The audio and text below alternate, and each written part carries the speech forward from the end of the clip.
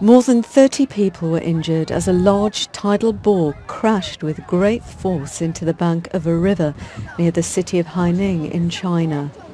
Given extra impetus by a typhoon, the huge and powerful tidal wave gathered momentum with alarming speed.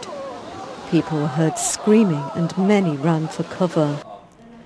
A local observation station monitored waves as high as 20 meters, apparently the highest record in a decade.